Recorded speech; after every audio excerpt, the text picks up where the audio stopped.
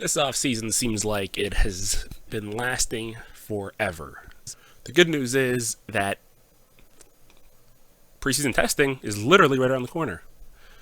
So, with that, I'd figured I'd at least whet our appetites a little bit with some things to look forward to when preseason testing starts, because you could really get an idea of what's going to happen in the season.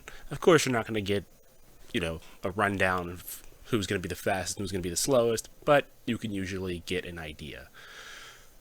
But for this one, we're going to start out at the bottom of the grid, and that is with Williams.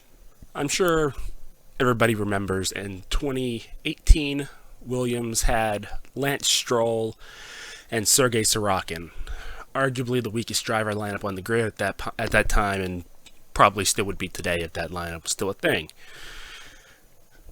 That was a huge reason why they struggled so much that year. Getting rid of Felipe Massa was obviously a huge mistake, but he was toward the tail end of his career. But even with that, he was out racing Stroll on a constant basis. So with that weak lineup, it was kind of expected them to be toward the bottom of the pack, which they were. Not only were they at the bottom, but they had quite a few embarrassing moments, such as bringing an upgrade in Silverstone, which actually made the car so unstable that they ended up reverting back to the previous spec rear wing. I believe it was around FP3 or qualifying, and both started from the pit lane because the car was just that unstable. They could not complete qualifying. So everybody assumed 2019 was going to be better. They hired Paddy Lowe. They changed their driver lineup completely with George Russell and the very popular Robert Kubica making his Formula One return. However, the car was by far the worst it's been. The year before, you really couldn't tell everything about the car because of the driver lineup. This previous year, it was very obvious that the car was the issue. The first issue came in preseason testing, where they failed to show up. Not only did they fail to bring the actual 2019 car to Barcelona in time, but they also failed to bring the show car, which is usually just the previous generation's car, the previous year's car, wrapped in the upcoming season's paint scheme. They finally got that out on track. I want to say it was at the end of day one of testing. Of course, they didn't get it actually on track, but it was seen rolled up through the garage about the 3/4 point of day one. That is miles behind everybody else, as every other team has already done their shakedown runs, their filming days, and started doing race runs and getting data. So the bar for 2020 for this team is relatively low.